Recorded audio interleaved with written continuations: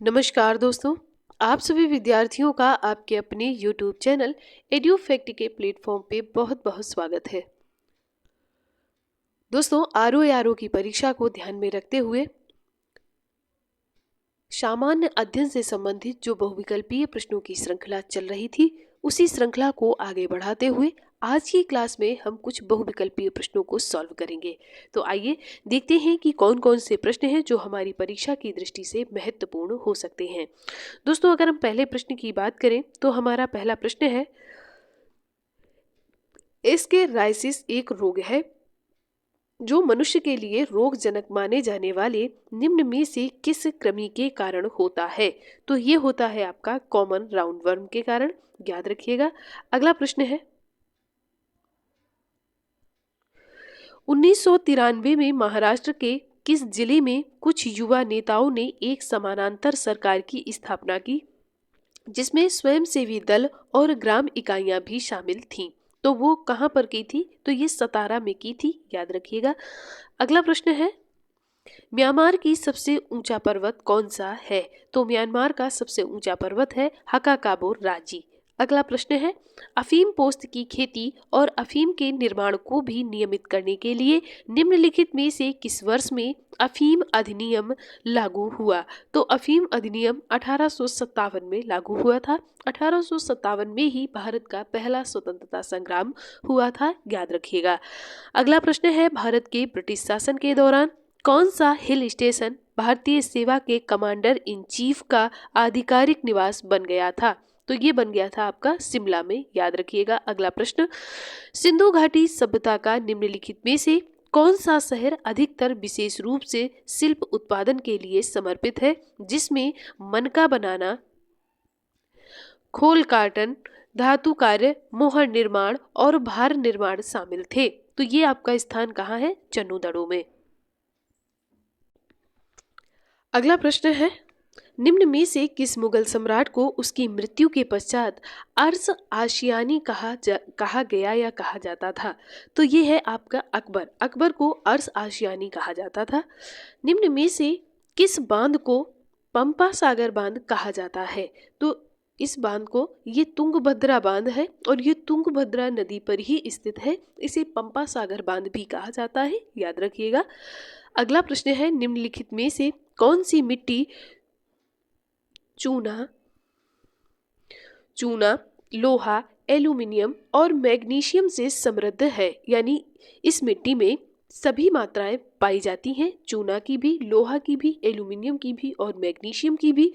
तो ये आपकी मिट्टी है काली मिट्टी। अगला प्रश्न है, आप निम्नलिखित में से किस नदी पर मसानजोर बांध पाएंगे? यानी मसानजोर बांध किस नदी पर है? तो ये मयूराक्षी नदी पर है। अगला प्रश्न है, पखीड़ा कहाँ के किसानों द्वारा खेतों में काम करते समय गाया जाता है?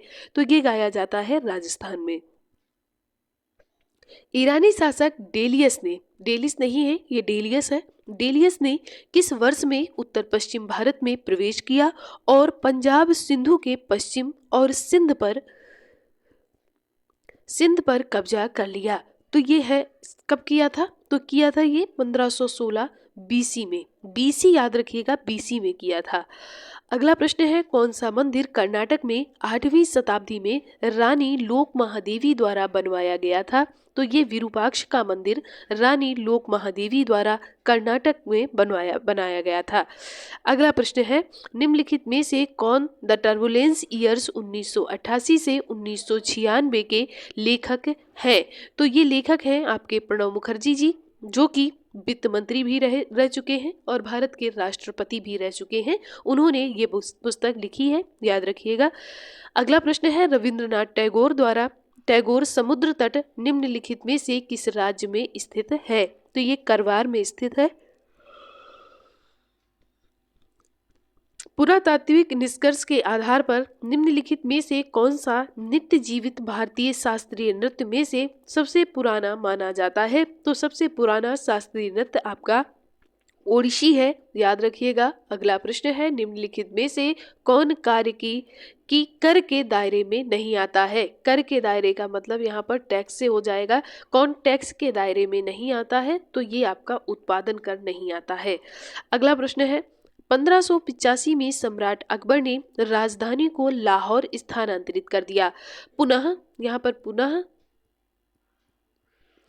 पुनः राजधानी को लाहौर से वापस आगरा कब स्थानांतरित किया गया था? तो ये किया गया था 1599 में। अगला प्रश्न है, भारत की जनगणना 2011 के अनुसार 2001 से 2011 के बीच निम्नलिखित में से किस राज्य में प्रतिशत की दृष्टि से सबसे कम जनसंख्या वृद्धि हुई है? तो हिमाचल प्रदेश में प्रतिशत की दृष्टि से सबसे कम जनसंख्या वृद्धि हुई है। अगला प्रश्न है, होजागिरी इनमें से किस राज्य का प्रसिद्ध नृत्य है? तो ये त्रिपुरा राज्य का प्रसिद्ध नृत्य है होजागिरी। अगला प्रश्न है, घूम मठ निम्नलिखित में से किस भारतीय राज्य में स्थित है? तो ये पश्चिम बंगाल में घूम मठ स्थित है। अगला प्रश्न, वैश्वीकरण के संदर्भ में पीपीपी का सही अर्थ क्या है? यानी पीपीपी का फुल फॉर्म क्या है? तो ये है परचेजिंग पावर पारिटी। अगला प्रश्न है, मीन कैंप निम्नलिखित में से किस राजनेता द्वारा लिखा गया है? तो मीन कैंप जो लिखा है वो हिटलर द्वारा लिखा गया है।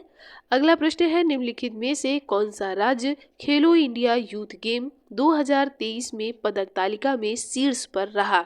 तो ये महाराष्ट्र राज्य रहा है। अगला प्रश्न है, हिमाचल प्रदेश में हिडिंबा देवी के सम्मान में निम्नलिखित में से कौन सा त्योहार मनाया जाता है? तो हिडिंबा के सम्मान में डोंगरी महोत्सव मनाया जाता है। हिडिंबा देवी कौन थी, ये आप हमें कमेंट करके जरूर बताइएगा। अगला प्रश्न, ऋण नियंत्रण के निम्नलिखित में से किस उपाय के लिए एक विकसित मुद्रा बाजार की आवश्यकता होती है? तो ये खुला परिचालन की आवश्यकता होती है, खुला बाजार परिचालन की। अगला प्रश्न, उत्तरी भारत राज्य हिमाचल प्रदेश के उत्तर प्रदेश विभाग में कौन सा स्थान शीत मरुस्थल नाम से प्रसिद्ध है? तो ये स्पीति घाटी शीत मरुस्थल के नाम से प्रसिद्ध है जो हिमाचल प्रदेश में स्थित है। अगला प्रश्न है, निम्नलिखित में से किस अधिनियम द्वारा भारतीय प्रेस की स्वतंत्रता सीमित कर दी गई थी? तो ये भारतीय प्रेस अधिनियम 1910 द्वारा भारतीय प्रेस की जो स्वतंत्रता थी उसे सीमित कर दिया गया था।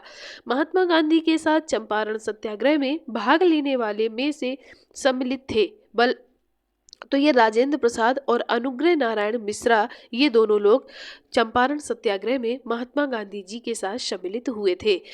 अगला प्रश्न है, मैं नहीं समझता, ये स्टेटमेंट है, आप ध्यान से पढ़िएगा। मैं नहीं समझता कि कोई ब्रिटिश राज के प्रति वफादार रहते हुए भी भारत की सेवा ईमानदारी से हृदय व आत्मा के साथ कर सकता है। ये कथन किसका है? ये कथन किसने कहा था, कब कहा था? 1921 में कहा गया था। किसके द्वारा कहा गया था? तो ये सुभाष चंद्र बोस के द्वारा कहा गया था, याद रखिएगा। किसने सर्वप्रथम व्यवस्थापित किया कि सभी ग्रह सूर्य की परिक्रमा करते हैं? तो ये निकोलस कॉपरनिकस ने विस्थापित किया था। अगला प्रश्न है, 19वीं शताब्दी में किस देश का भारत की ओर विस्तार का डर एंग्लो अफगान संबंधों का आधार था? तो ये इसका सही विकल्प हो जाएगा रूस। अगला प्रश्न है, कैबिनेट मिशन द्वारा प्रस्तावित अंतरिम सरकार में कुल कितने सदस्य थे? तो कुल 14 सदस्य थे। अगला प्रश्न है, कौल बांध परियोजना का निर्माण भारत में निम्न में से किस नदी पर हुआ? तो कौल बांध परियोजना ये सतलज नदी पर स्थित है। पोचमपाद परियोजना किस नदी पर स्थित है? तो पोचमपाद परियोजना गोदावरी नदी पर स्थित है। अगला प्रश्न है, यूनानी रोमन व्यापारियों को यवन के रूप में कहाँ उल्लेखित किया गया है? तो ये संगम साहित्य में इसका वर्णन किया गया है, याद रखिएगा।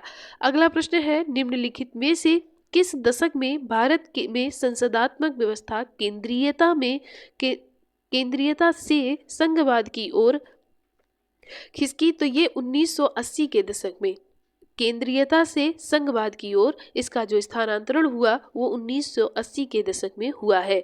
निम्नलिखित में से कौन सा एक व्यय भारत में संचित निधि पर भारित नहीं है? तो ये भारत के प्रधानमंत्री के जो वेतन और भत्ते हैं वो भारत की संचित निधि पर भारित नहीं होते हैं।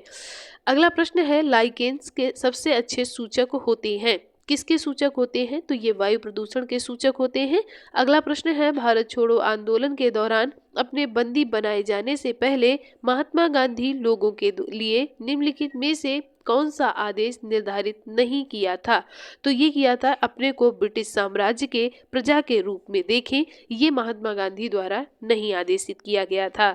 अगला प्रश्न है, सुनामी प्रकोप से सर्वाधिक प्रभावित होने वाला राज्य कौन सा है? तो ये तमिलनाडु राज्य है जो कि सुनामी के प्रकोप से सबसे ज्यादा प्रभावित होता है। अगला प्रश्न है, भारत सरकार ने protection of plant varieties and farmers right अधिनियम निम्नलिखित में से किस वर्ष में पारित किया गया था? तो ये 2001 में पारित किया गया था। अगला प्रश्न देखते हैं, 1859 में बंगाल में गठित नील विद्रोह के नेता कौन थे? तो नील विद्रोह के जो नेता थे ये शिशिर कुमार घोष थे। याद रखिएगा, नील विद्रोह का जो वर्णन है वो बंकिम चंद्र चटर्जी ने किया हुआ है। सॉरी, नील का नहीं, सन्यासी विद्रोह का किया हुआ है। अगला प्रश्न है, 18वीं शताब्दी के उत्तरार्ध में किसे प्रायः कंपनी बहादुर के शान और शौकत का स्थानीय प्रतिनिधि कहा जाता था? तो ये दरोगा को कहा जाता था। याद रखिएगा। अगला प्रश्न है, आंग्ल नेपाल युद्ध किसके शासनकाल में हुआ था? तो आंग्ल नेपाल युद्ध जो हुआ था वो लॉर्ड हेस्टिंग के शासनकाल में हुआ था। अगला प्रश्न है, भारत में मानव हाथी संघर्ष का राष्ट्रीय पोर्टल का निम्नलिखित में से कौन सा नाम है? यानी भारत में मानव हाथी संघर्ष का जो राष्ट्रीय पोर्टल है वो कौन है? तो वो सुरक्षा नाम से अभी विकसित किया गया है। अगला प्रश्न है, पिचब्लेंड मुख्य स्रोत है। पिचब्लेंड मुख्य स्रोत है किसका? यूरेनियम का। अगले प्रश्न की तरफ चलते हैं, अलाउद्दीन के आक्रमण के समय वारंगल पर किस राजवंश का शासन था? तो ये काकतीय राजवंश का शासन था। शिवाजी का राज्याभिषेक कहाँ पर हुआ था? तो रायगढ़ में शिवाजी का राज्याभिषेक हुआ था। अगला प्रश्न है, निम्नलिखित में से किसने बादशाह शाहजहां को सुप्रसिद्ध हीरा कोहिनूर भेंट किया था? तो ये किया था मीर जुमला ने। दोस्तों, ये थे कुछ हमारे महत्वपूर्ण प्रश्न जो कि आज की श्रृंखला में शामिल किए गए हैं। कल की श्रृंखला में हम फिर से कुछ महत्वपूर्ण प्रश्न लेकर आएंगे। तब इसके लिए आप हमारे चैनल को सब्सक्राइब जरूर कर लें। वीडियो पसंद आया हो तो लाइक करें, दोस्तों के साथ शेयर करें। आप सभी विद्यार्थियों का एक बार दिल से बहुत बहुत धन्यवाद।